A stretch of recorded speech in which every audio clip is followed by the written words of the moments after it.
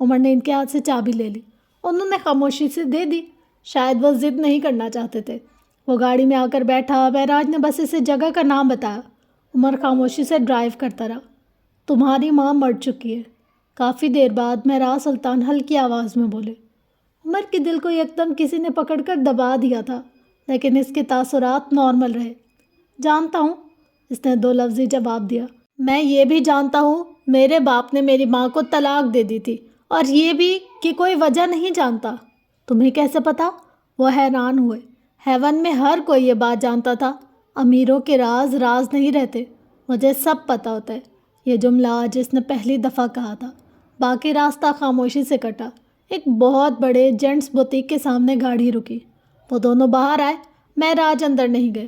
انہوں نے پیغام بھجوایا۔ چند لمحوں بعد اندر سے ایک آدمی آتا دکھائی دیا۔ وہ کچھ عمر جیسا تھا، یا پھر عمر اس کے جیسا۔ عمر نے اس آدمی کو دیکھا اور پھر سانس تک نہیں لے سکا۔ اس کے لب ہلکے ہلے اور آنکھیں واہ پھٹی پھٹی رہ گئیں۔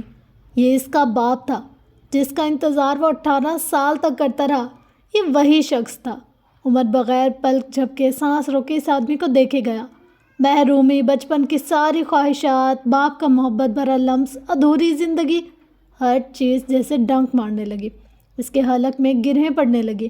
آنسو بہنا چاہتے تھے، لیکن عمر کی آنکھوں کے پانی کو اتنی جرأت نہ تھی کہ وہ اس کی مرضی کے بغیر گر پڑتے۔ آپ یہاں کیوں آئے ہیں؟ نگین کی موت کے ساتھ ہمارا ہر تعلق ختم ہو گیا تھا، عمر نے اس آدمی کو کہتے سنا۔ معراج 2 قدم آگے آئے، ٹھنڈی سیاہ آنکھیں اس کے چہرے پر گاڑ دی۔ میں تمہارے بیٹے کو تم سے ملوانے آیا ہوں۔ دیکھو اسے، یہ تمہارا بیٹا ہے، تمہارا اور نگین کا بیٹا۔ انہوں نے عمر کی جانب اشارہ کیا۔ وہاج نے ناسمجھی سے عمر کی جانب دیکھا اور پھر وہ سانس نہیں لے سکا۔ میں کیسے مان لوں یہ میرا بیٹا ہے؟ یہ جھوٹ بھی ہو سکتا ہے۔ کافی دیر بعد وہ بولا تو اس کی آواز کہیں دور سے آتی محسوس ہوئی۔ عمر نے ان کی آنکھوں میں دیکھا اور ان میں زمانے بھر کا کرب تھا۔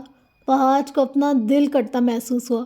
ایک بار یہی بات اس کی آنکھوں میں آنکھیں ڈال کر کہہ دو، یہ تمہارا بیٹا نہیں ہے، انہوں نے استہزاء سے کہا۔ وہاج نے ایک بار پھر اس کے چہرے کو دیکھا۔ کون کہتا تھا وہ اس کا بیٹا نہیں ہے؟ وہ آگے بڑھا۔ اس نے ہاتھ بڑھا کر عمر کے چہرے کو چھونا چاہا۔ وہ زخمی آنکھوں سے وہ دب کر دور ہٹا۔ وہاج کا ہاتھ ہوا میں معلق رہ گیا۔ اس کی آنکھیں پوری طرح بھیگ گئی تھیں۔ آپ اب مجھے بیٹا نہیں مانے، میں آپ کو باپ نہیں مانتا، میں آپ سے بدگمان ہوں، اور یہ بدگمانی میں نے ورثے میں لی ہے، وہ پیچھے ہوتے ہوئے کہہ رہا تھا۔ آپ غلط تھے، آپ نے میری ماں کے ساتھ غلط کیا، اور میں آپ کو کبھی معاف نہیں کروں گا، کیونکہ میں نے ضد بھی ورثے میں لی ہے، وہ سنجیدہ بے لچک لہجے میں کہتا پیچھے ہوا تھا۔ وہاج مانو پتھر کا بت بن گیا ہو۔ ساکت، شل، میں ان کے ساتھ نہیں رہنا چاہتا، کیا آپ مجھے اپنے ساتھ لے جا سکتے ہیں؟ ماموں جان، اس نے آخری لفظ کا اضافہ کیا۔ معراج نے بے بسی سے دانت پہ دانت جما لیے، پھر عمر کا ہاتھ پکڑے آگے بڑھ گئے۔ وہاج شل سا زمین پر بیٹھتا چلا گیا۔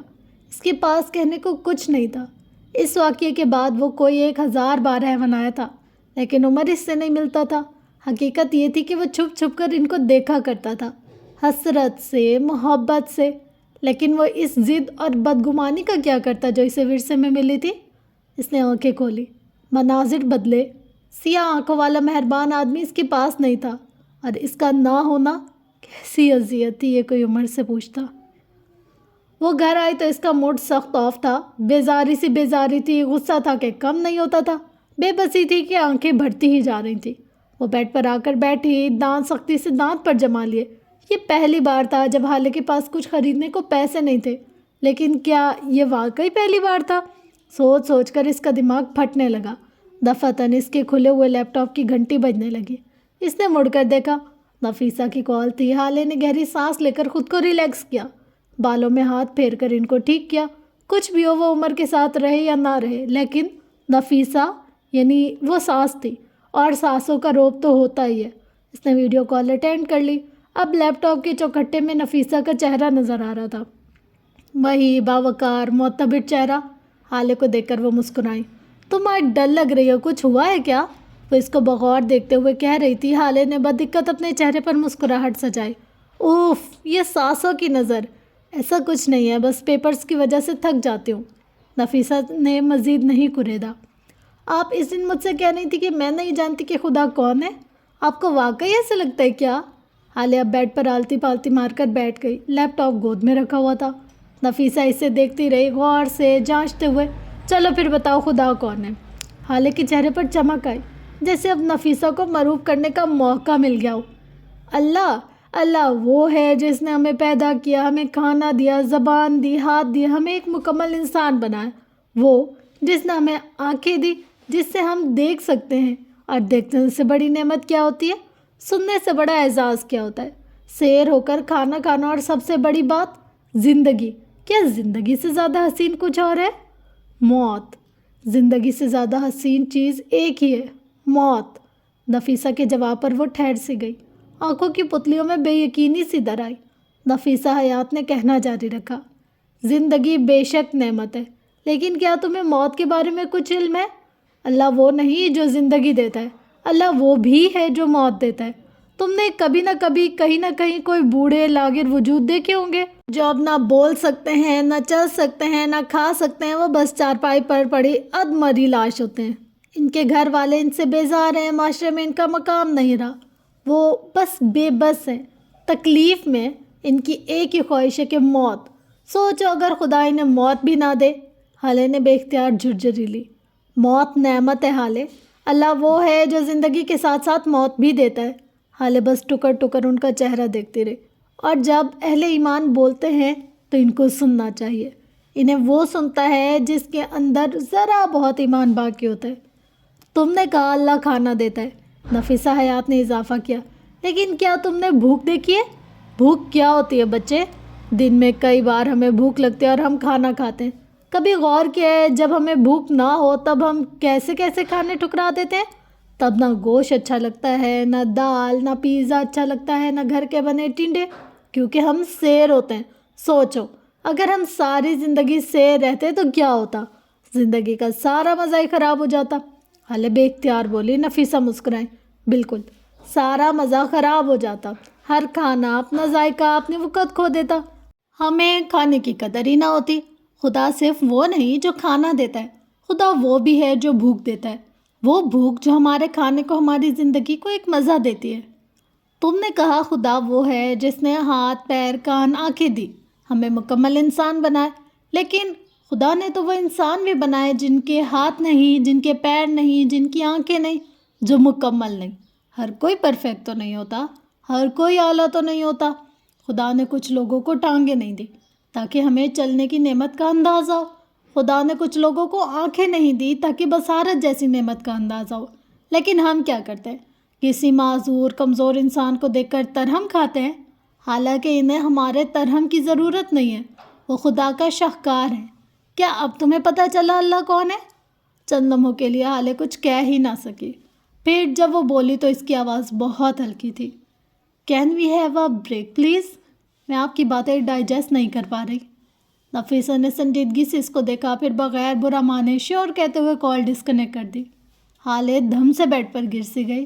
یہ اس کے ساتھ کیا ہو رہا تھا؟ عمر حیات کے گھر کا لان خالی خالی سا تھا، ویران سا، خاموش سا. نیلے صوفے لان میں بچھے ہوئے تھے. انہی میں سے ایک صوفے پر حالے پیر اوپر کیے بیٹھی تھی. اس کی آنکھیں خالی تھیں، دور کہیں خلا میں تکتی آنکھیں. اس کے ہاتھ میں کافی کا مگ تھا لیکن وہ کافی پی نہیں رہی تھی. اسی وقت داخلی دروازے سے عمر کی گاڑی اندر داخل ہوئی. چابی عثمان کی جانب اچھالتا وہ حالے کو دیکھتا آگے بڑھایا. وہ جب اسے دیکھتا تھا اسے اپنے اندر سکون سا اترتا محسوس ہوتا تھا. حالے عمر حیات کا پسندیدہ نظارہ تھی. وہ اس کے قریب آ کر رکا.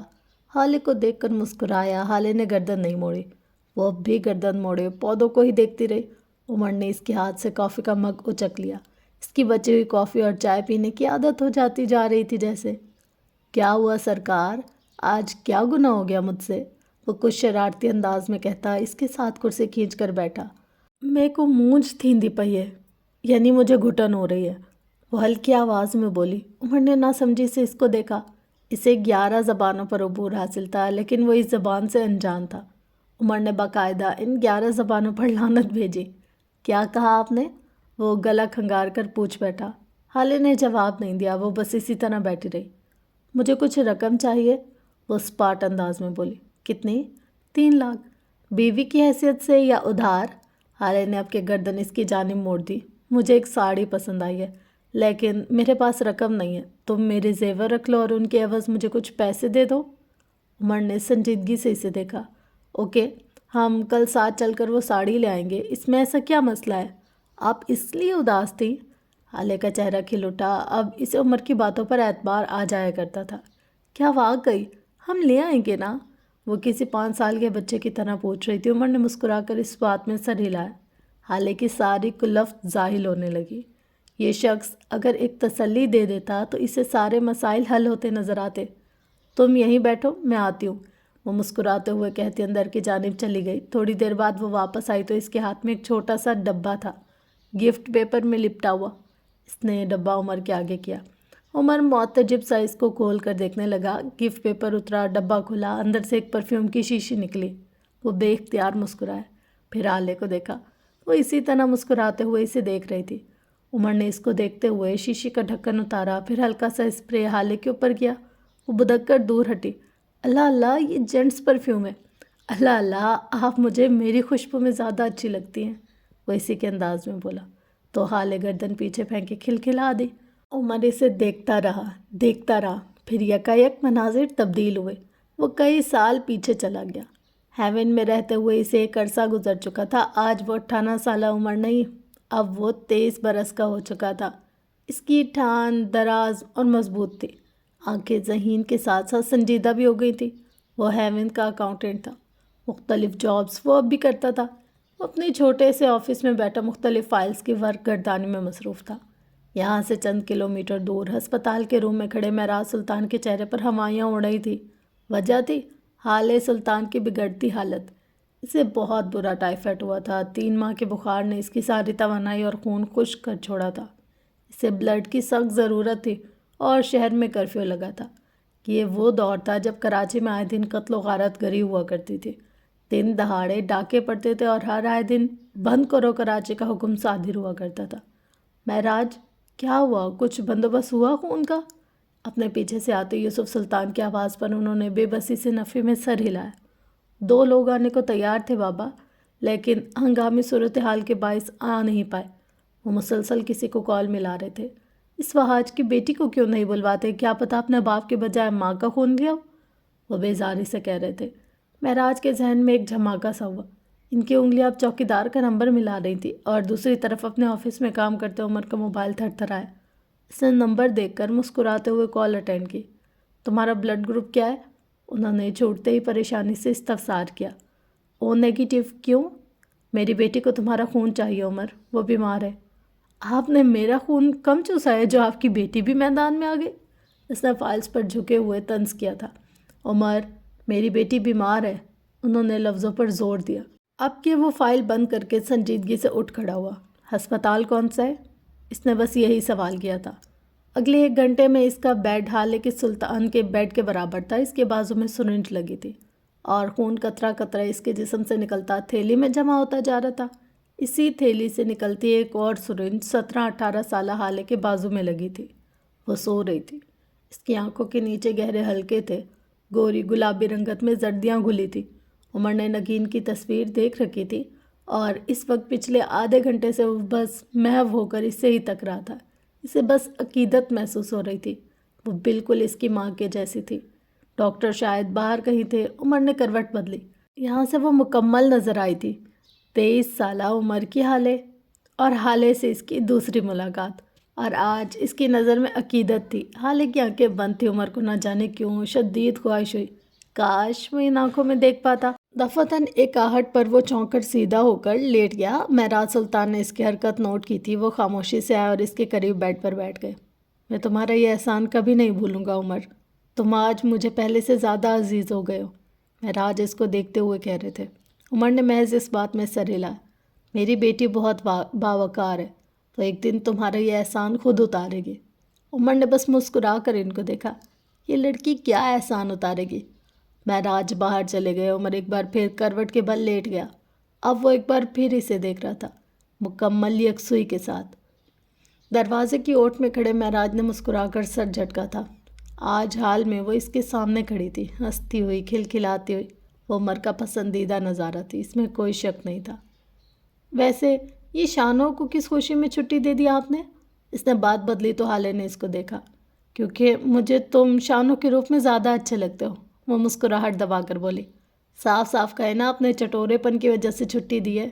تم بھی صاف صاف کہو نا کہ اسے چھٹی کرنے سے نہیں، اسے پوری تنخواہ دینے سے جان جا رہی ہے۔ وہ بھی حساب بے باک کر گئی۔ اگر آپ نے میری جان نہ بچائی ہوتی تو دیکھ لیتا آپ کو، وہ خفگی سے بولا۔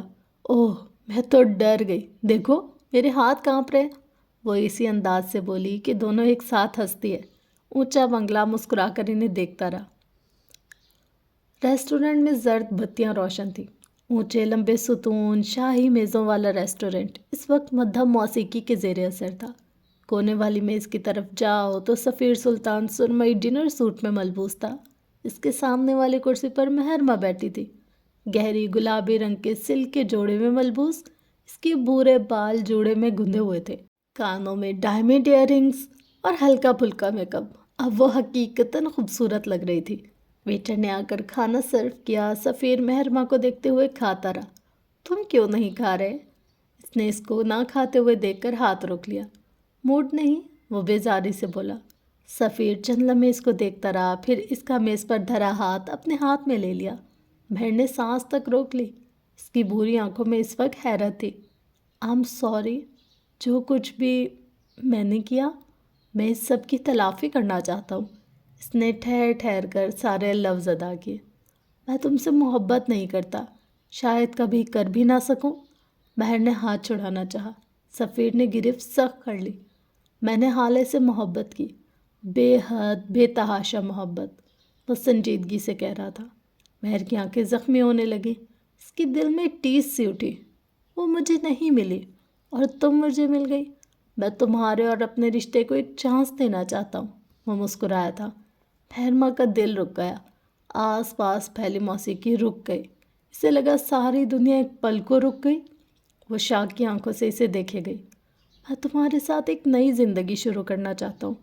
میں تم سے محبت کرنا چاہتا ہوں، بھوری آنکھوں والا مرد کہہ رہا تھا، اور اس کے سامنے بیٹھی لڑکی سانس روکے اسے سن رہی تھی۔ کتنے سال اس نے ان الفاظوں کا انتظار کیا تھا۔ لیکن میری ایک شرط ہے۔ لمحات کی فسوخیں سی چھناکے سے ٹوٹ گئی۔ مہر کے ہاتھ پہ اس کی گرفت جذبات سے عارض ہو گئی۔ مجھے حالے کی طلاق چاہیے، وہ اس کی آنکھوں میں دیکھ کر بولا۔ مہر کے چہرے پر کوئی تاثر نہ ہے۔ مجھے وہ ٹوٹی ہوئی مفلس حال اور برباد چاہیے۔ میں چاہتا ہوں وہ روئے۔ اس کی وہ جو اٹھی ہوئی گردن ہے، میں اس سے جھکانا چاہتا ہوں۔ اس کی آنکھوں کا غرور، اس کا زخم توڑنا چاہتا ہوں۔ اسی کے لہجے میں نفرت تھی، آنکھوں سے چنگاریاں نکل رہی تھی۔ اگر تم میرے لیے یہ کر سکتی ہو تو میں تمہارے ساتھ ایک نئی زندگی گزاروں گا، تمہیں تمہارے سارے حقوق دوں گا، اور شاید محبت بھی۔ وہ بول کر خاموش ہوا، پھر مہر کے کچھ کہنے کا انتظار کرنے لگا۔ مہر چند ثانیے اسے ٹھنڈی نظروں سے دیکھتی رہی۔ آپ کو ایسا کیوں لگتا ہے کہ میں ایسا کر بھی سکتی ہوں اور کروں گی بھی؟ اس کا لہجہ بے لچک تھا۔ یہ کوئی عام میاں بیوی کی گفتگو نہیں تھی، یہ ایک کاروباری ڈیل لگ رہی تھی۔ سفیر محظوظ ہوا۔ Oh wow Mehr, don't pretend to be innocent. اس نے ناک سے مکھی اڑائی۔ تمہیں مجھ سے زیادہ کوئی نہیں جانتا۔ تم ساری زندگی سے ایکسپلائٹ کرتی رہی ہو، ساری زندگی اس سے اپنی مرضی کے فیصلے کرواتی رہی ہو۔ وہ تمہارے اپروول کے لیے کچھ بھی کر سکتی ہے۔ اسے کبھی اپنی ماں کا وہ پیار نہیں ملا۔ وہ تمہارے معاملے میں نیڈی اینڈ ڈیسپریٹ ہے۔ وہ تمہیں نہ نہیں کہہ سکتی۔ مہر اس کو سنتی رہی۔ ہر انسان کسی نہ کسی تعلق یا شخص کے معاملے میں لالچی، نیڈی اور ڈیسپریٹ ہوتا ہے، اور حالت تمہارے معاملے میں ایسی ہے کیونکہ تم اس کے لیے بہن نہیں، ماں جیسی ہو، اور تم نے ہمیشہ اس بات کا فائدہ اٹھایا۔ ساری زندگی تم نے یہ سب اپنے لیے کیا، اب ایک بار میرے لیے کرو۔ اس نے بات ختم کرتے ہوئے پانی کا گلاس منہ سے لگایا۔ مہرما کچھ نہیں بولی۔ سفیر جانتا تھا وہ راضی ہو چکی ہے۔ مہرما کو سفیر سے زیادہ کوئی نہیں جانتا تھا۔ وہ پیپر دے کر یونیورسٹی سے باہر نکلی تو اسے اپنے سامنے عمر حیات کھڑا نظر آیا۔ وہ مسکرا رہا تھا، حالے اس کو دیکھ کر مسکرائی۔ دفعتاً وہ اپنے پیچھے سے آتی آواز پر ٹھٹکی تھی۔ پہلے ہارون، پھر سفیر، اور اب یہ ASP۔ حالے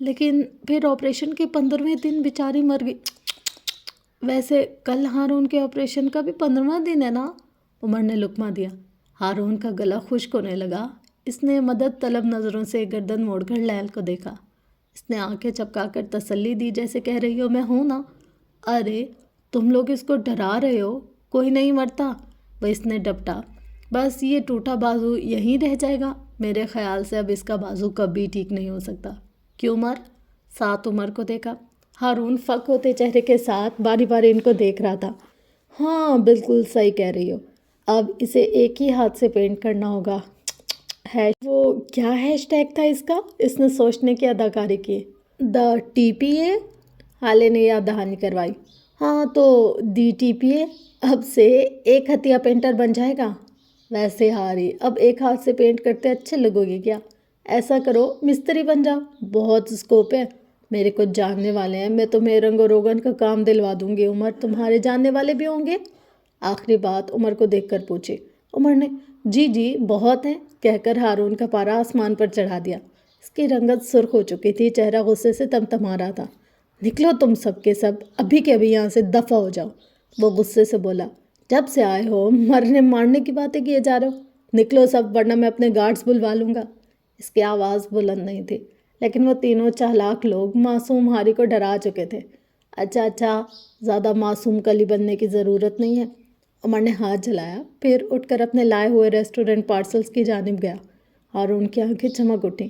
اسے لگا ضرور اس کے دوست اس کے لیے کچھ اچھا کھانے کو لائے ہوں گے، لیکن اگلے ہی لمحے اس کی امیدوں پر پانی پھر گیا جب عمر نے لارج پیزا کے 3 بڑے بڑے ٹکڑے لیے، ایک حالے کو، دوسرا لیل اور تیسرا اپنے ہاتھ میں لے لیا۔ دوبارہ اپنی جگہ پر آ بیٹھا۔ ہارون کی جی للچانے لگا۔ اس نے حالے کو آس بھری امید سے دیکھا۔ تمہارا سٹمک ڈسٹرب ہو جائے گا، اس نے بے نیازی سے کہا۔ پتہ ہے ہارون اس کا ٹیسٹ کیسا ہے؟ اس نے آنکھیں بند کر کے پوچھا، پھر پیزا کا ٹکڑا ہارون کے منہ کے قریب لے گئی۔ یہ بالکل ویسا ہے جیسا ہم نے اٹلی میں کھایا تھا۔ اٹلی کے پیزا، اس نے بول کر مزہ لیا۔ پیزا اب بھی اس کے منہ کے قریب تھا۔ ابھی ہارون آگے بڑھا اور نوالا لیتا حالے نے پیزا کھینچ لیا۔ وہ اپنا دل محسوس کر رہ گیا۔ اسی وقت نرس اندر داخل ہوئی۔ ان سب کے ہاتھ میں پیزا دیکھ کر وہ فوراً ان کے سر پر آن پہنچی۔ تقریباً 5 منٹ تک وہ سلواتیں سناتی رہی اور ہارون مزے سے سنتا رہا۔ آخر میں وہ ان سب کے آدھ کھائے پیزا اور باقی بچا پیزا اپنے ساتھ لے گئی۔ وہ چلی گئی تو عمر اٹھ کھڑا ہوا۔ حالے اس کے ساتھ اٹھی۔ ہارون نے اس کو اٹھتے دیکھا، نہ جانے کیوں اسے اپنا دل بیٹھتا محسوس ہوا۔ اس کے بیمار چہرے پر جو مسرت دیکھی تھی ایک دم بے چینی میں بدل گئی۔ چلو اب ہم نکلیں گے، کچھ شاپنگ کرنی ہے، پھر ملیں گے تم سے ہارون۔ حالے اس کو دیکھتے ہوئے بولی۔ دفعتاً وہ رکی، اپنے کندھے پر ٹکے پرس کو کھنگالا اور اندر سے چھوٹی چھوٹی کلر ٹیوبس نکال کر ہارون یکدم سیدھا ہو بیٹھا۔ اس کی آنکھوں میں الواحی سے چمک جاگ اٹھی۔ حالے اب اپنے پرس سے چھوٹا سا ایک نوٹ بک جتنا کینوس نکال رہی تھی۔ ساری چیزیں نکال کر اس نے ہارون کے آگے بیڈ پر رکھ دیں۔ ویسے آج کل نرسز بھی فارم میں ہیں، مریض کو ایک زہر بھرا انجیکشن مار دیتی ہیں اور کام ختم۔ لیل اب ہارون سے دھیمی سرگوشی کر رہی تھی۔ ہارون نے اس کو نہیں دیکھا، وہ حالے کو دیکھ رہا تھا۔ کیا میں مر سکتا ہوں؟ حالے نے سارے کلرز اور کینوس اٹھا کر اس کی گود میں رکھے، پھر ہتھیلی کی بند مٹھی اس کی جانب بڑھائی۔ ہارون نے مسکراتے ہوئے اس کی مٹھی سے اپنی مٹھی ٹکرائی۔ تم دنیا ہو، کیا تم نے کبھی دنیا کو مرتے دیکھا ہے؟ مسکراتے ہوئے اس کی تسلی کروائی، جیسے ایک ماں اپنے بچے کو دلاسا دیتی ہے۔ اگر یہ دوستی پارٹ 2 کی شوٹنگ مکمل ہو گئی ہو تو ہم چلیں۔ عمر کی بیزار آواز پر وہ مڑی تھی، پھر دونوں دروازے تک بحث کرتے ہوئے گئے۔ اب تم کب تک میرے سر پر مسلط رہو گی؟ ہارون نے خود سے جڑ کر بیٹھی لیل کو دیکھا۔ لیل نے مسکراتے ہوئے آنکھیں پٹ پٹائی۔ کیا تم میرا چہرہ پینٹ کر سکتے ہو؟ وہ معصومیت سے پوچھتی ہوئی اس وقت واقعتاً پیاری لگ رہی تھی۔ ہارون نے تکان سے گردن پیچھے پھینک دی۔ اب یہ دن بھی دیکھنا تھا۔ وہ دونوں لڑتے جھگڑتے بالآخر اسی مال کی بوتیک تک پہنچ گئے جہاں حالے نے وہ ساڑی دیکھی تھی۔ وہ بالکل بچوں کی طرح بے چین اور خوش تھی۔ سارا راستہ وہ عمر کو اس پلین ساڑی کی خصوصیات بتاتی رہی۔ وہ دونوں اس بوتیک میں داخل ہوئے۔ آج اس سیلز گرلز کی جگہ کوئی اور لڑکی کھڑی تھی۔ حالے مسکراتی ہوئی اس کی جانب بڑھائی۔ کل جس لڑکی نے ساڑی دکھائی تھی وہ بھی حالے کو پہچانتے ہوئے آگے آیا تھا۔ ہیلو، کل میں نے یہاں ایک ساڑی کا آرڈر بک کروایا تھا، مجھے وہی چاہیے، اس نے لڑکے سے کہا۔ لڑکے نے افسوس سے نفی میں گردن ہلائے۔ سوری میم، وہ ساڑی آج صبح ہی سیل ہو گئی۔ حالے کا رنگ ایک پل کو سفید ہوا تھا۔ اصل میں صبح کی شفٹ میں ہمارے دوسرے کولیگز تھے، اسی ایڈیشن کی کوئی دوسری ساڑی؟ حالے نے ہونٹ پر زبان پھیرتے ہوئے بددقت پوچھا۔ لڑکے نے ایک بار پھر نفی میں گردن ہلائی۔ اب کہ حالے کا دل ڈوب کر ابھرا تھا۔ بات ایک ساڑی کی نہیں تھی، بات مالی خودداری کی تھی، بات اس کی پازیٹیو انا کی تھی، بات اس کی ناک کی تھی۔ آج تک کبھی ایسا نہیں ہو سکا تھا کہ اسے کچھ پسند آئے اور حالے سلطان اسے خرید نہ سکے۔ عمر اب بلند آواز میں ان سے کچھ کہہ رہا تھا، شاید لڑ جھگڑا تھا۔ حالے بت سی بن گئی۔ اس کے پاس تین مردوں کے کارڈ ہم وقت رہا کرتے تھے، آج اس کے پاس وہ تینوں مرد نہیں تھے۔ اسے لگتا تھا اسے دادا اور ماموں کی ضرورت نہیں ہے، لیکن کیا واقعی؟ کیا حالے ان کے بغیر کچھ تھی؟ اپنے گھر کے مردوں کے کارڈز کے علاوہ اس کے پاس اپنا کچھ بھی تھا؟ اس نے غائب دماغی سے لڑتے ہوئے عمر کو دیکھا۔ آپ ایسا کیسے کر سکتے ہیں؟ بک کیا ہوا آرڈر کس طرح بیچ سکتے ہیں؟ وہ برہمی سے کچھ کہہ رہا تھا، حالے کچھ بھی کہہ نہ سکی۔ وہ بغیر کچھ کہے بوتیک سے باہر نکل گئی۔ اس کے دماغ میں جھکڑ چل رہے تھے، چہرہ سفید پڑتا جا رہا تھا اور دل دماغ بس ایک بات پوچھ رہا تھا، حالے سلطان تمہارے پاس اپنا کیا ہے؟ ہسپتال کا کمرہ ویسا ہی تھا جیسا وہ دونوں چھوڑ کر گئے تھے، اب البتہ ایک چیز کا اضافہ تھا، ایک عدد صوفہ۔ وہی صوفہ ہارون کے بیڈ کی دائیں طرف رکھا، چہرہ ہارون کی جانب موڑی لیل سکندر بیٹھی تھی۔ اس کے لب ہلکی سی مسکراہٹ میں ڈھلے تھے، چہرہ خوشی سے تمتما رہا تھا۔ اس کے گال بغیر کسی بلشن کے اس وقت گلابی ہو رہے تھے۔ بیڈ پر تکیوں کے سہارے نیم دراز ہارون شاید منہمک سا اپنے کام میں مصروف تھا۔ اس کے سینے سے ذرا نیچے کر کے چھوٹا سا کینوس اسٹینڈ لگایا گیا تھا، جس پر اس کا نوٹ بک جتنا لمبا اور بڑا کینوس فٹ تھا۔ یہ اسٹینڈ بالکل اسی طرح لگا تھا جیسے ہسپتال میں بیڈ پر لیٹے مریض کے کھانے کا ٹیبل ہوتا ہے۔ امیروں کے چونچلے، ہارون کلر پیلٹ کو اپنے سینے پر رکھے ہوئے تھا اور ہر تھوڑی تھوڑی دیر بعد وہ ایک نظر لیل کو دیکھتا، پھر برش کے بالوں کو رنگوں میں ڈبوتا اور پھر وہ پورا سفید کینوس ایک نئے رنگ سے آشنا ہو جاتا۔ میرے بال لمبے رکھنا اچھا؟ لیل کی تنبیہ پر اس نے ہاتھ روک کر اس کو دیکھا۔ کیوں؟ تمہارے چھوٹے بال بھی خوبصورت ہیں۔ وہ لمحہ بھر کو رکا۔ کیا تمہیں لمبے بال پسند ہے؟ وہ اسے غور سے دیکھتے ہوئے پوچھ رہا تھا۔ بہت بہت زیادہ لمبے، جتنے لمبے بال حالے کے ہیں نا، اتنے لمبے، بلکہ اس سے بھی زیادہ، جیسے وہ ایک خوف کسی کیفیت میں کہہ رہی تھی۔ پھر تم لمبے بال رکھتی کیوں نہیں؟ کیا تمہارے بالوں کے ساتھ کوئی مسئلہ ہے؟ لیل چند ثانیے اس کو دیکھتی رہی، یکدم اس کی آنکھیں ہلکی سی نم ہوئی۔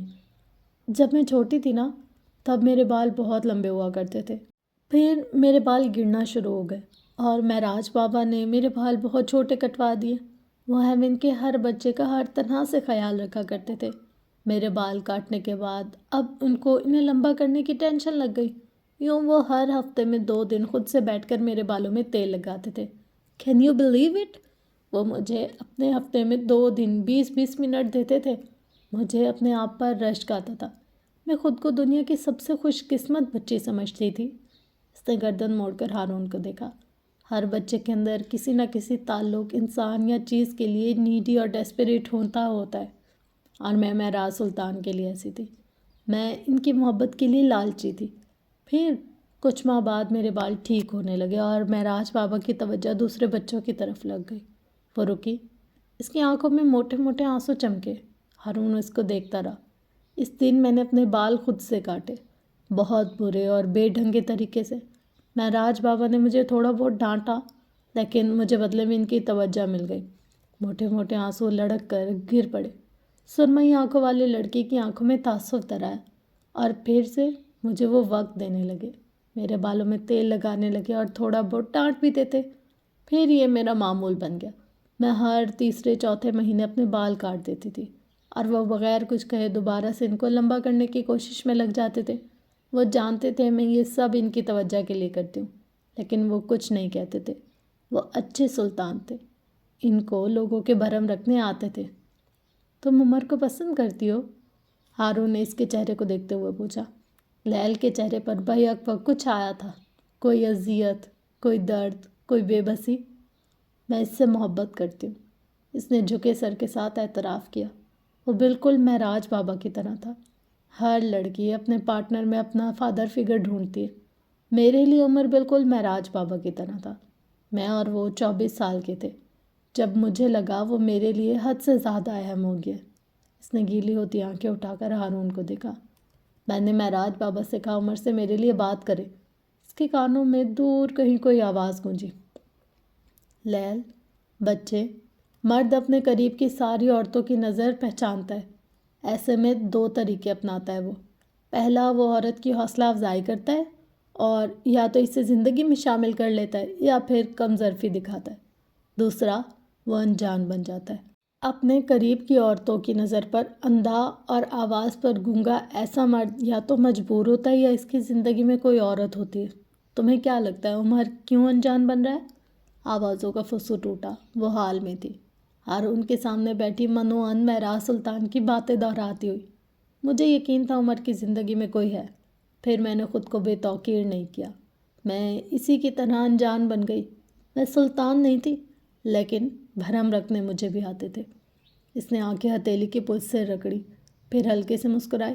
چلو میرے بال لمبے پینٹ کرو، سرمئی بلے۔ ہارون نے اس کو دیکھا، پھر دونوں یکدم ہنس پڑے۔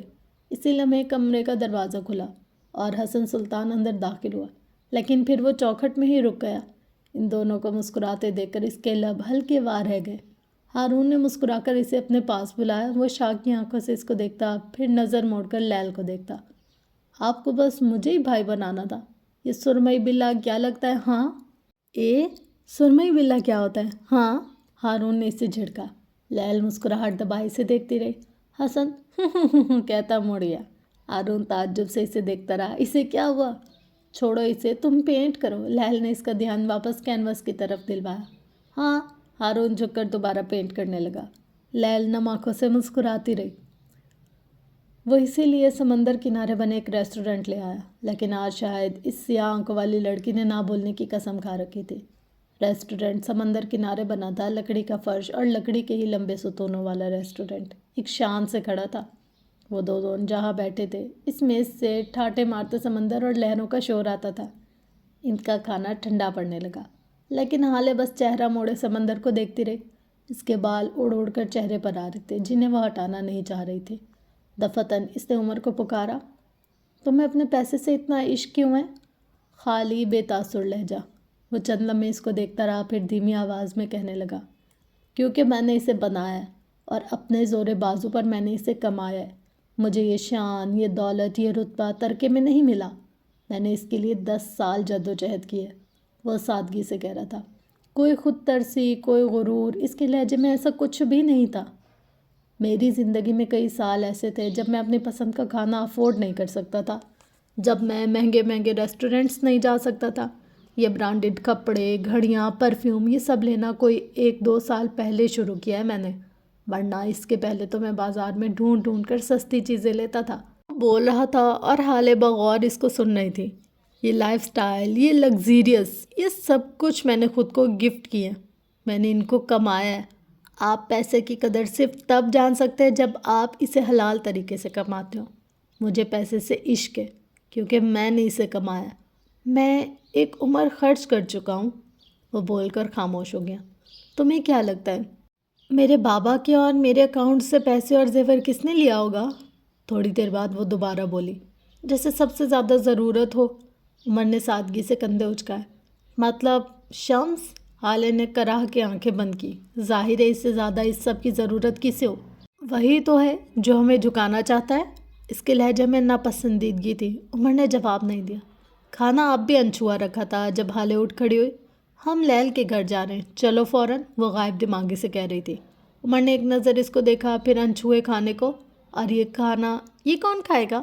جانتی ہے کتنا بل آئے گا؟ اف عمر پلیز، کوئی بھی کھا لے گا، آپ بل دو اور چلو یہاں سے۔ اسے کوفت ہوئی۔ ہاں، چرس بیچتا ہوں نا میں، بل دو اور کھائے کوئی اور۔ وہ بڑبڑایا، ساتھ ویٹر کو آواز دی۔ مؤدب سا ویٹر بھاگتا ہوا آیا۔ حالے تب تک جا چکی تھی۔ کھانا پیک کرو اور گاڑی میں دے جاؤ فوراً، وہ کہتا حالے کے پیچھے بھاگا۔ بس ثابت ہوا پیسہ عمر کا عشق تھا۔ وہ عاشقی کے مظاہرے میں خاصا کنجوس واقعہ ہوا تھا۔ لیل کے فلیٹ پر پہنچتے ہی وہ ایک دھاڑ سے دروازہ کھولتی اندر داخل ہوئی۔ لیل سامنے والے کمرے سے باہر آ رہی تھی، گیلے بال تولیے میں لپیٹے، ڈھیلے ڈھالے کرتے ٹراؤزر میں ملبوس۔ اس کے چہرے پر ان دونوں کو دیکھ کر حیرت آئی۔ ہاں مانا کہ میرا ظرف بڑا ہے، لیکن کیا ضرورت ہے تم دونوں ہر وقت میرے سامنے آ کر میرا دل جلاتے رہو؟ وہ صوفے پر کشن ٹھیک کرتے ہوئے نارمل آواز میں بولی۔ حالے نے نہیں سنا، عمر نے سن کر انسنا کیا۔ اس کی توجہ کا مرکز اس وقت چھت پر لگے جالے تھے۔ وہ اندر اسٹور کی طرف بڑھ گیا۔ جالے والا ڈنڈا اب وہ بول بھی چکو زوجا۔ لیل کو کوفت ہوئی۔ بولو، آپ کماتی کیوں ہیں؟ اس نے کھڑے کھڑے پوچھا۔ اس کا انداز عجیب تھا، روبوٹک سا۔ لیل جو نارمل تھی ایک دم اس کے چہرے پر جیسے کسی نے چابک دے مارا ہو۔ اسی وقت عمر جالے کا بڑا ڈنڈا سا لے کر آتا ہوا دکھائی دیا۔ لیل اٹھ کھڑی ہوئی۔ اس کی آنکھیں ایک دم سرخ تھی، مٹھیاں ضبط سے بھینچ گئی۔ میں 8 سال کی تھی جب ابا کو جوئے اور شراب کی لت لگ گئی۔ ایک ہی سال میں شراب ان کو کھا گیا، کاروبار ٹھپ ہو گیا اور ابا کا دیوالیہ نکل آیا۔ وہ حالے کے روبرو کھڑی زخمی سرخ آنکھوں کے ساتھ کہہ رہی تھی۔ عمر سر پر ڈاکٹروں والا ماسک پہنے جالے والے ڈنڈے کو لمبا کیے چھت کے ایک کونے سے جالے صاف کر رہا تھا۔ لیل کہہ رہی تھی، ایک دن ابا نے جوئے میں سب ہار دیا اور نشے کی حالت میں خودکشی کر لی۔ دادی نے اماں اور مجھے گھر سے نکال دیا۔ آدھی رات کے وقت میں اور اماں اکیلے سڑک پر بیٹھے تھے، کیونکہ اماں کے پاس جانے کو کوئی گھر نہیں تھا۔ ان کا کوئی بھائی، کوئی باپ، کوئی اپنا نہیں تھا، یتیم تھی وہ ان دونوں سے بے نیاز، جیسے ان دونوں کا کوئی وجود ہی نہ ہو۔ جالے، یہ جالے کیوں بڑھ گئے تھے؟ صبح ہونے والی تھی جب کچھ لوگ آئے، اماں سے بدتمیزی کی اور پھر اماں کو لے گئے۔ اماں نے مجھے چھپا دیا تھا، میں خوف سے وہیں چھپی بیٹھی رہی۔ وہ لوگ میری ماں کو لے گئے اور اسی رات مجھے معراج بابا اپنے پاس لے آئے۔ وہ 2 دن بعد کسی کچرے کے ڈھیر سے میری ماں کی لاش ملی، زیادتی شدہ اور مسخ شدہ۔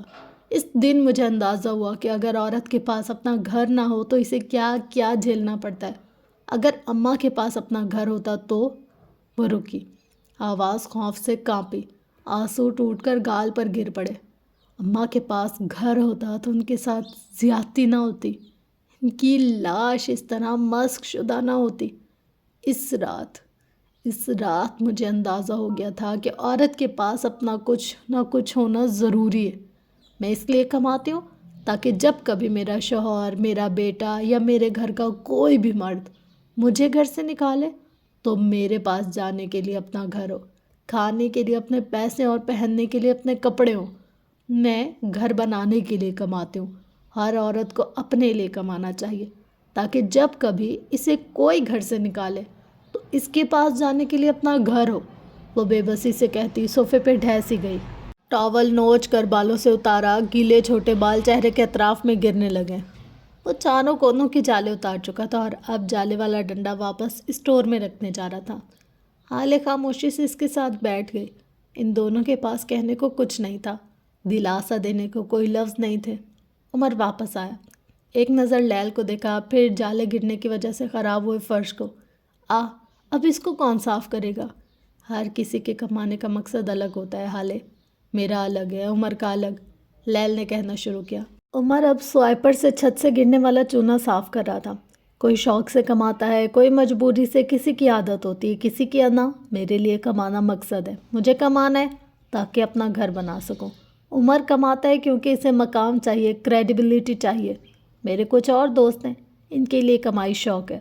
تم اپنے ارد گرد دیکھو، اپنی ضرورت، اپنے شوق دیکھو، پھر فیصلہ کرو۔ تمہیں اپنی وجہ خود ڈھونڈنی ہوگی۔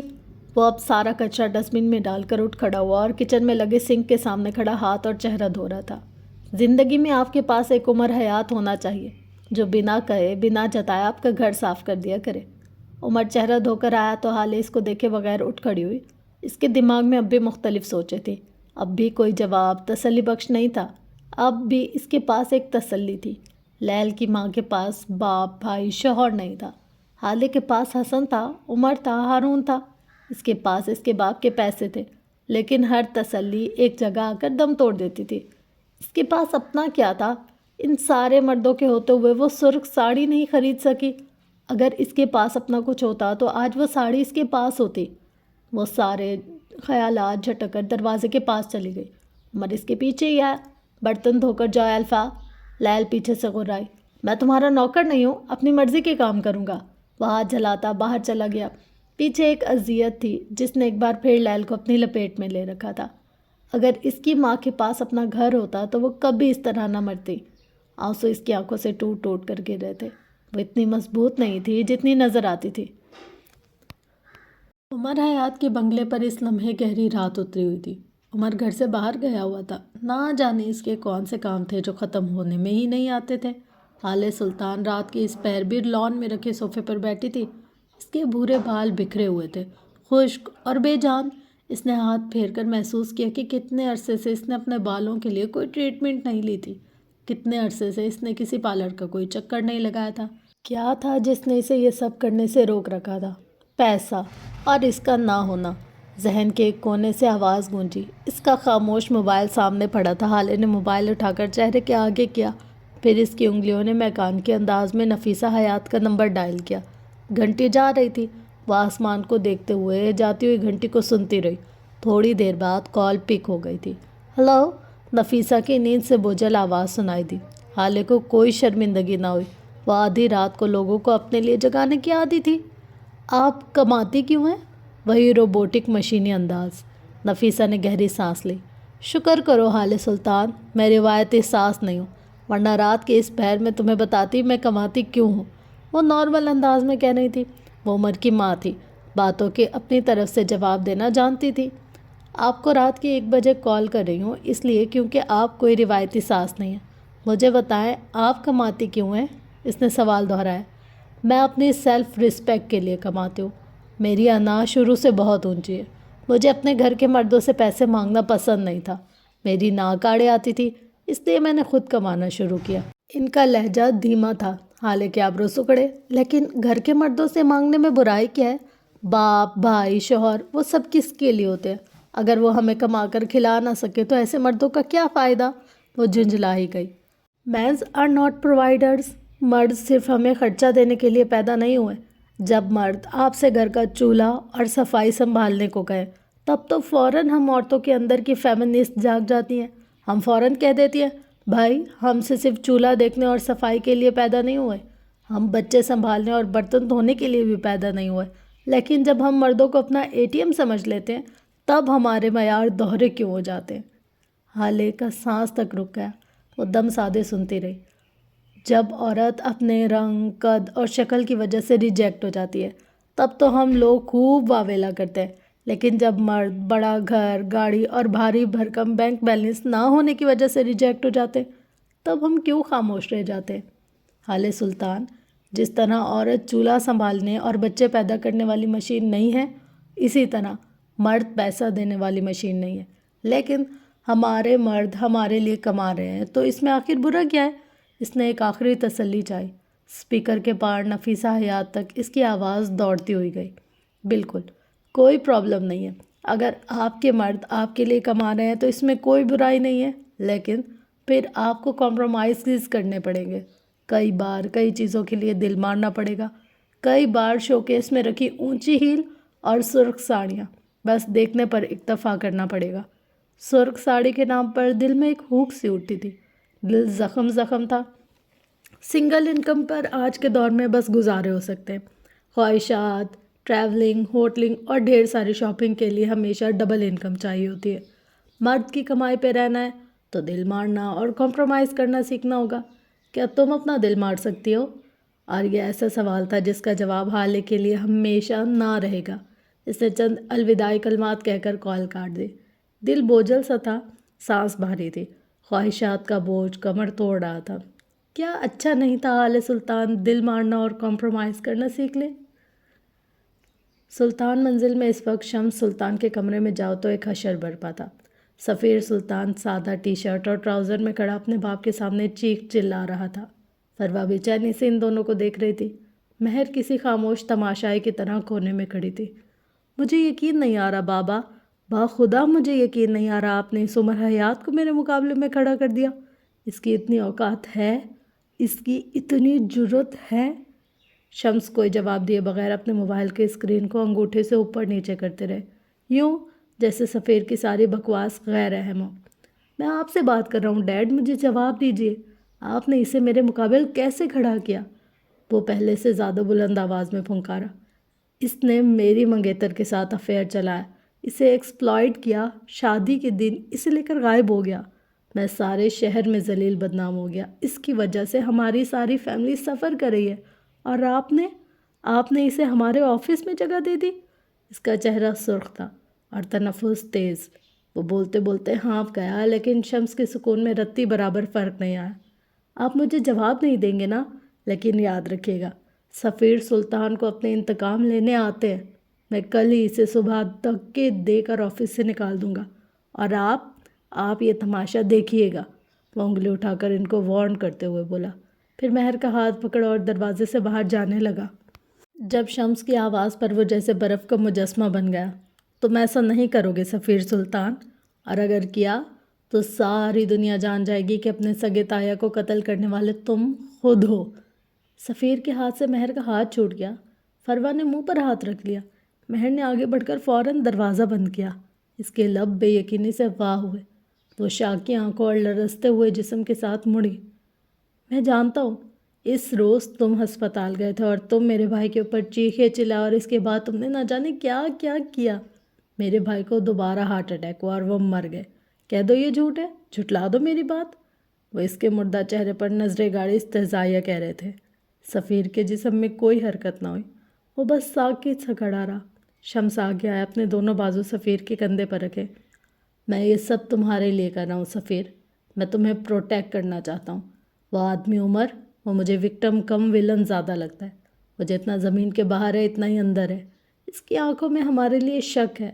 وہ مجھے بھائی کا پرتو لگتا ہے۔ وہ فارغ رہے گا تو اس کا دماغ ہمارے خلاف چلے گا۔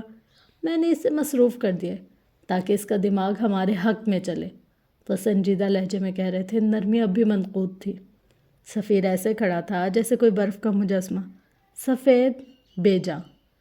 تم ایک قتل کرو یا 1000، لیکن میں تمہیں ہر دفعہ بچاؤں گا، کیونکہ تم میرے بیٹے ہو۔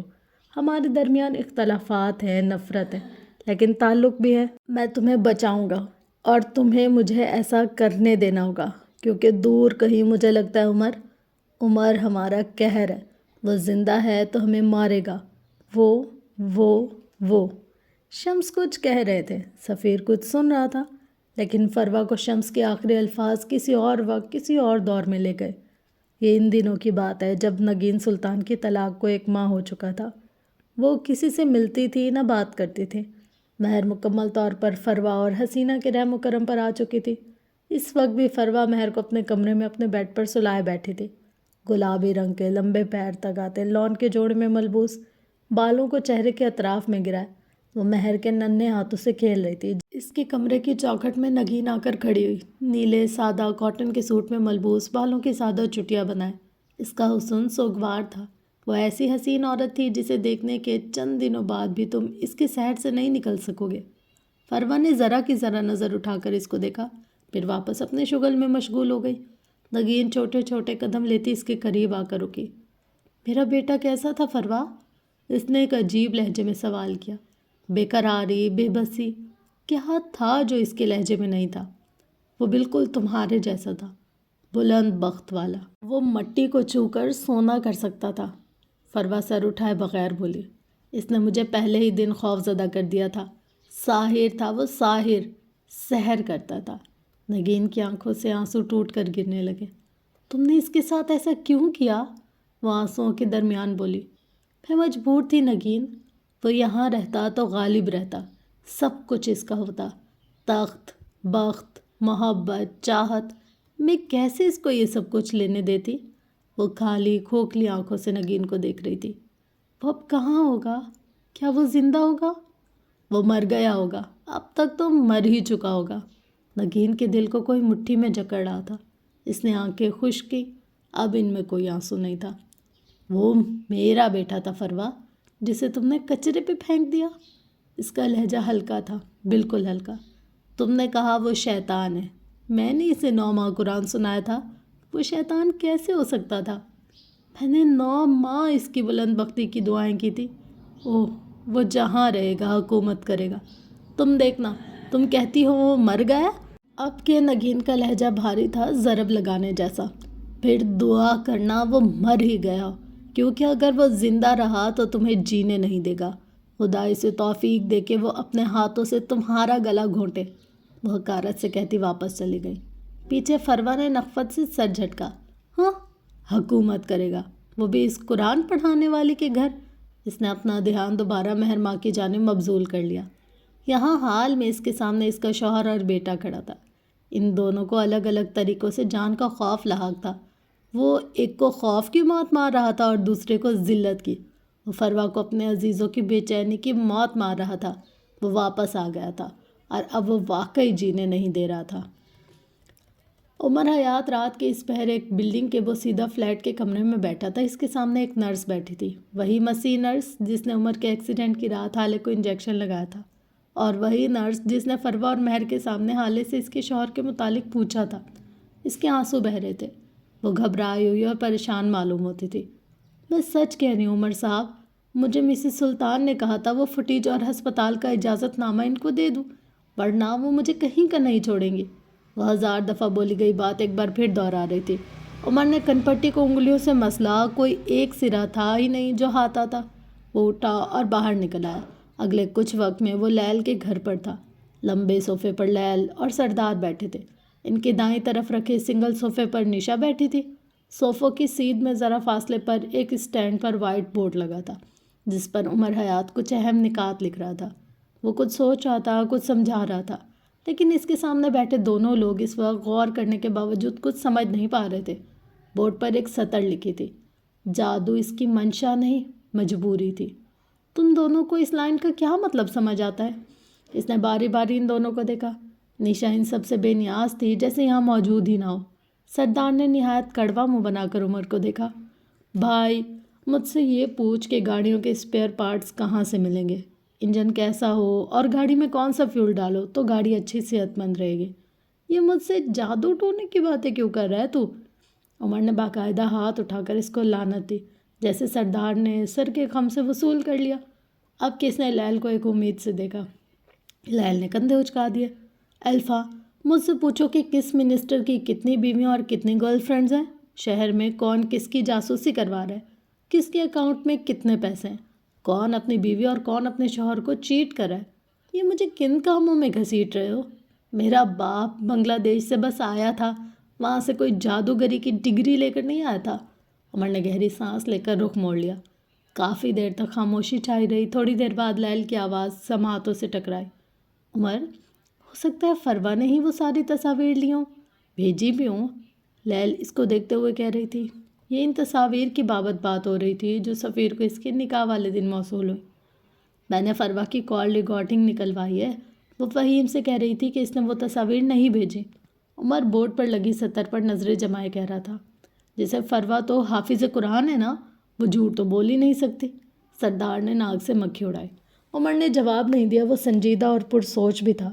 جب لیل کچھ یاد آنے پر بول اٹھی، وہ ریسٹورنٹ، وہ تو کافی مہنگا ہے نا، ظاہر ہے وہاں جانے کے لیے پہلے سے ریزرویشن کروانی پڑتی ہوگی۔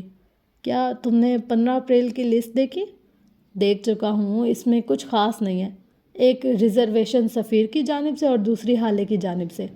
وہ اب بھی اس سطر کو گھور رہا تھا۔ لیکن حالے بھابھی تو سفیر کے ساتھ ہی گئی تھی نا، تو اس نے الگ سے ریزرویشن کیوں کروائی؟ اب کے سردار نے سوال کیا تھا۔ پوچھا تھا میں نے، وہ کہتی ہے انہوں نے نہیں کروائی، یہ حسن کی شرارت ہوگی۔ وہ اکثر اس کے نام سے ریزرویشن کرواتا تھا، پھر اپنے دوستوں کو کھانا کھلانے لے جاتا تھا۔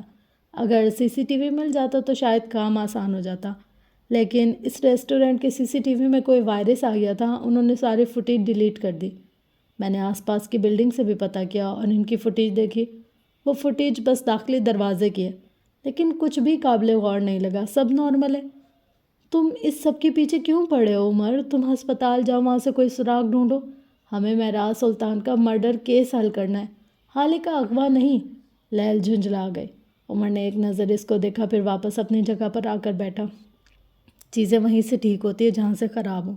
یہ تیسرا انسان جو مسنگ ہے، جو ساری گیم الٹ رہا ہے اور جو کھلم کھلا مجھے چیلنج کر رہا ہے۔ اس نے کن اکھیوں سے بورڈ پر لگی سطر کی جانب اشارہ کیا۔ میں اس کی گردن تک پہنچے بغیر جج صاحب کے قتل کا معمہ حل نہیں کر سکتا۔ وہ اپنے موبائل پر کچھ ٹائپ کرتے ہوئے بولا، اگر تمہیں اس معمے کو حل کرنا ہے تو اس کہانی کے وکٹم کو ساتھ بٹھا کر کرنا ہوگا، کیونکہ کہانی کو جتنا وکٹم سمجھ سکتا ہے اتنا کوئی نہیں سمجھ سکتا، اور اس کہانی کی وکٹم ہالے۔ سردار نے ہر لفظ پر زور دے کر کہا، اس کہانی کا سب سے بڑا وکٹم میں ہوں، اور مجھ سے زیادہ اس کہانی کو کوئی نہیں سمجھ سکتا۔ وہ بیزاری سے کہہ کر موبائل کان سے لگائے دوسری جانب جاتی گھنٹی سنے گیا۔ کال اٹینڈ ہو گئی تھی۔ اس نے چھوٹے ہی سوال کیا، جادو اس کی منشا نہیں مجبوری تھی، اس بات کا کیا مطلب ہے؟ اپنے بیڈ پر آڑے ترچھے سوئے پڑے حسن نے بمشکل آنکھیں کھول رکھی تھی۔ میرا باپ ہیری پوٹر کے سیکول کا ڈائریکٹر تو نہیں تھا؟ بند کرو فون۔ بکو مت، ٹاپر ہو تم، اتنے جینیس ہو، اتنی سی بات کا نہیں پتہ؟ اس نے کھرکا تھا۔ تم بھی تو خود کو جونیئر نیوٹن کہلواتے ہو، باتیں ایسی کرتے ہو کہ ارسطو صدمے سے مر جائے۔ خود حل کیوں نہیں کر لیتے؟ ویسے حالے سے پوچھ۔ ٹوں ٹوں ٹوں، اس آواز کے ساتھ کال کٹ گئی۔ سال میں 4 سپلیاں لاتی ہے اس کی بہن، اس سے پوچھ لوں۔ وہ جل کر بولا۔ اب اس کی انگلیاں کوئی اور نمبر ڈائل کر رہی تھی۔ گھنٹی بجی اور کال پک کر لی گئی۔ جادو اس کی منشا نہیں مجبوری تھی، اس بات کا کیا مطلب ہوا؟ بیزار لہجہ۔ ہسپتال کے بیڈ پر لیٹے ہارون شاہد کی آنکھوں میں استہزاء تھا۔ مدر گوتھل تو میری ماں تھی نا، اور ایلسا میری بیوی۔ مجھے کیا پتہ یہ بکواس کیا ہے، حالے سے پوچھ۔ عمر پر پھر زور سے بٹن دبا کر کال کاٹے۔ اس کے چہرے پر برہمی اور بیزاری واضح تھی۔ ایک علم والے کے لیے یہ نری موت تھی کہ اس سے کوئی سوال حل نہ ہو پا رہا ہو۔ اس نے اپنی چیزیں اٹھائیں اور دروازہ بند کرتا باہر نکل گیا۔ لیل اور سردار اس کو جاتے دیکھتے رہے۔ شاید عمر حیات بھول گیا تھا کہ ہر انسان کا علم مختلف ہوتا ہے۔ اگر ریاضی کے طالب علم سے اردو ادب کا سوال پوچھو گے تو یہ نری زیادتی ہے۔ شاید وہ خود سے اور لوگوں سے غلط وقت پر غلط سوال پوچھ رہا تھا، لیکن پھر صحیح انسان کون تھا؟ اف اللہ، بہت زبردست ایپیسوڈ۔ اچھا، میں اپنی طرف سے نا اس کا ایک آئیڈیا لگاتی ہوں کہ یہ کون ہوگا۔ مجھے لگ رہا ہے حالے کی جو ماں تھی نا، جو ہر وقت تسبیح اور روزہ نماز وغیرہ کرتی رہتی ہے، تو اس کی نا جج صاحب کے ساتھ ریلیشن شپ اچھے نہیں تھے، تو کہیں نہ کہیں مجھے اندر یہ لگ رہا ہے کہ یا تو یہ اس کی امی ہوگی، یا پھر دوسرے نمبر پر مجھے شک آ رہا ہے لیل پہ۔ مطلب جو زیادہ انوسینٹ لوگ لگتے ہیں نا، وہی سب سے بڑے خطرناک لوگ ہوتے ہیں۔ تو آپ لوگ اپنا فیڈ بیک بھی بتائیے گا کہ آپ کو کیا لگتا ہے کہ کون ہوگا اس سب کارروائی کے پیچھے۔ مجھے ان دونوں پر زیادہ ڈاؤٹ آ رہا ہے کہ سب سے بڑی بات کہ لیل کا فائدہ ہے اس میں کہ جج صاحب مر جائے اور اس کو عمر مل جائے گا، اور دوسری اس کی امی۔ یہ 2 لوگ ایسے ہیں کہ جن کو جج صاحب کی موت سے فائدہ ہے، کیونکہ ان کے آلریڈی آپس کے ریلیشن شپ اچھے نہیں ہیں۔ رائٹر نے پچھلی ایپیسوڈز میں ڈسکرائب کیا ہوا ہے کہ یار یہ لوگ کچھ خوشگوار زندگی نہیں گزار رہے تھے، تو میرے خیال میں۔ اور اس کے علاوہ بہت یار آج امیزنگ بات کی ہے کہ عورت کو کیوں کمانا چاہیے۔ ہم اکثر سوچتے ہیں کہ یار ہم کیا کریں گے اتنے پیسے کو یا اتنی چیزوں کو، وہ خاص طور پر میں اپنی بات کروں اگر، تو مجھے ایسا لگتا ہے کہ یار ہمارے باپ ہے، بھائی ہے، کیا کریں گے ہم لوگ اتنا زیادہ باہر جا کر؟ گھر سے باہر جانا فضول ہے، ویسٹ ہے، اور لڑکیوں کو گھر میں ہی رہنا چاہیے، یہ میری سوچ ہے۔ ویسے گھر پر رہ کر الحمدللہ ارننگ کے بہت سارے سورسز ہیں، بٹ میں اس چیز کے وہ تھی کہ ہاں اگر ہمارا کم چیزوں میں ہو رہا ہے گزارا تو ہمیں کر لینا چاہیے۔ لیکن آج کی ان کی بات سن کر کہ یار پھر تو کمپرومائز ہی کرنا پڑے گا ہمیں، تو بجائے اس کے کہ ہم اپنی نیڈس پر کمپرومائز کریں، تھوڑی سی ایفرٹ کر لیں، اپنے آپ کو ہلا جلا لیں اور خود کما لیں، اور پھر جا کر اپنی خواہشات پوری کر لیں، یہ زیادہ بیٹر آپشن ہے ویسے۔ تو آپ لوگ بتائیے گا کہ آپ لوگ کا کیا فیڈ بیک ہے۔ مطلب ہر چیز میں مجھے ایسا ہوتا ہے کہ اچھا یہ تو میری سوچ ہے نا، اور جو مجھے سننے والے ہیں یا پھر جو اس ناول کو سننے والے ہیں اور جو اپنی زندگی میں کچھ اچھا کر رہے ہیں، وہ لوگ اپنی فیلنگز اور اپنا پوائنٹ آف ویو شیئر کریں، تاکہ پتہ چلے کہ جو ہم لوگ سوچتے ہیں اس میں اور ان کی سوچ میں کیا فرق ہے۔